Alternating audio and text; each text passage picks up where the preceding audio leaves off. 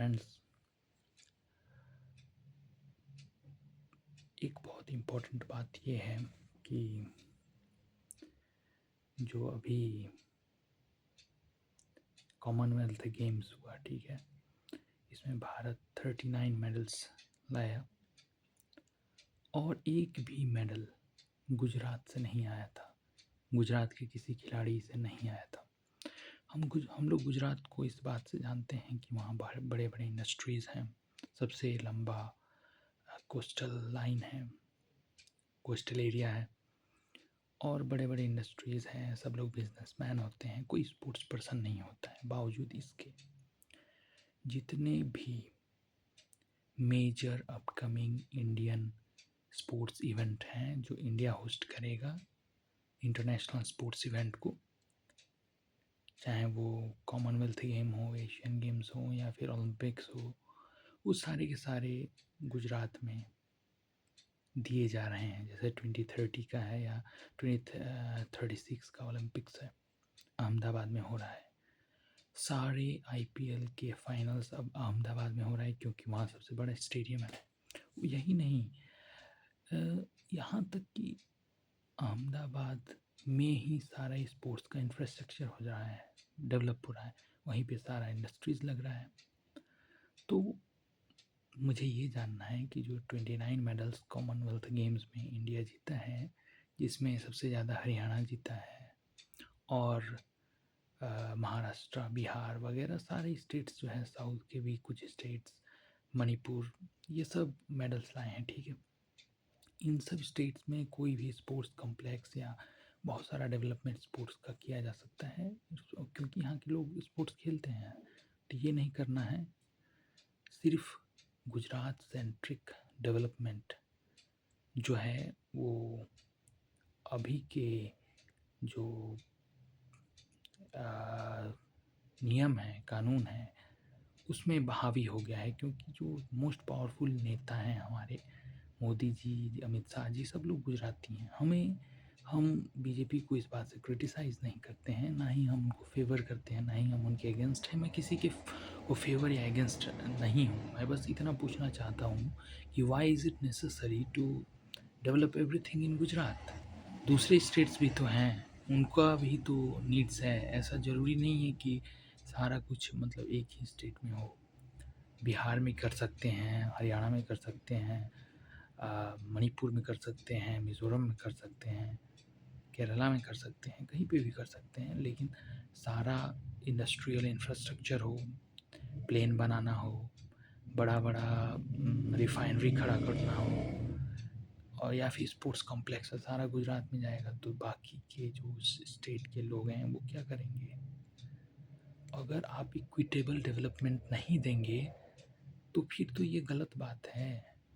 क्या मतलब सारी स्टेट तो कंट्रीब्यूट करते हैं आपके प्राइम मिनिस्टर बनाने में आपको।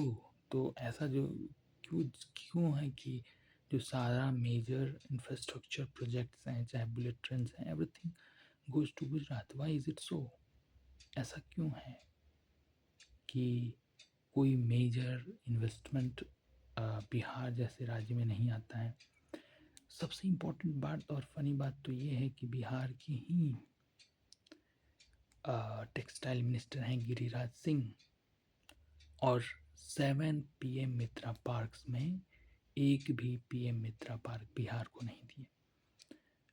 यूपी में मिला, लखनऊ को, धार को मिला, मध्य प्रदेश में, गुजरात में मिला, फिर महाराष्ट्र को मिला, तेलंगाना को, कर्नाटका और तमिलनाडु को मिला, जो कि स्टेब्लिश्ड लेट्स से इंडस्ट्रियल हब्स हैं देश के। लेकिन बिहार को नहीं मिला। क्या तो फिर हमें ऐसा मिनिस्टर होने का क्या फ़ायदा कि आप बिहार से हैं लेकिन बिहार के लिए कुछ कर ही नहीं सकते?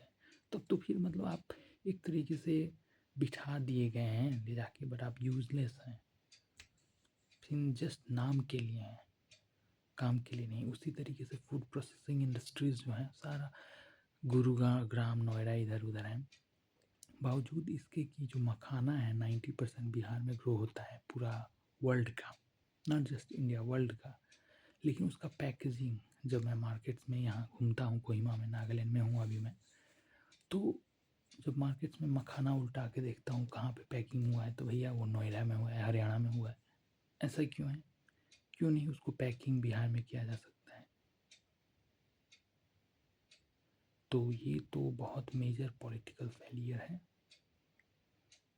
अभी के प्रेजेंट गवर्नमेंट का, कि आपका खुद का प्रोडक्ट होने के बावजूद उसको आप पैकेजिंग भी नहीं करवा सकते हैं अपनी स्टेट में।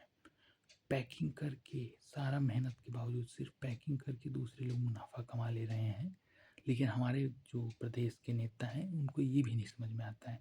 और सबसे आयरनी की बात ये है कि फूड प्रोसेसिंग और ये फूड रिलेटेड जो इंडस्ट्रीज़ हैं, इनके मिनिस्टर चिराग पासवान हैं। चिराग पासवान जो बिहार में एक नेता है जो अभी 29 सीट लाए थे, यानी कि उनका पॉलिटिकल पावर तो इंक्रीज हो रहा है, लेकिन उनका पॉलिटिकल फंक्शन जो जितना वो फंक्शन करने चाहिए स्टेट के लिए, वो नहीं कर पा रहे हैं। क्यों? क्योंकि आप तो पैकिंग ही नहीं करा पा रहे हैं। आपका सबसे इम्पोर्टेंट जो एक्सपोर्ट मटेरियल है एग्रीकल्चर का, उसको भी आप पैकेजिंग नहीं करा पा रहे हैं। आई मीन ये सब चीज़ों को सुधारना पड़ेगा। और मैं क्रिटिसाइज़ नहीं कर रहा हूँ, कंस्ट्रक्टिव क्रिटिसिज्म इसको कहते हैं, कि बेहतरी के लिए क्रिटिसाइज़ करना। और मैं किसी भी सरकार के खिलाफ, आइडियोलॉजी के खिलाफ नहीं हूँ, ना ही बीजेपी के खिलाफ हूँ, ना ही कांग्रेस के खिलाफ हूँ, मैं किसी के खिलाफ नहीं हूँ। I am just here to talk about the important events, the important things, and how is it going to impact our life।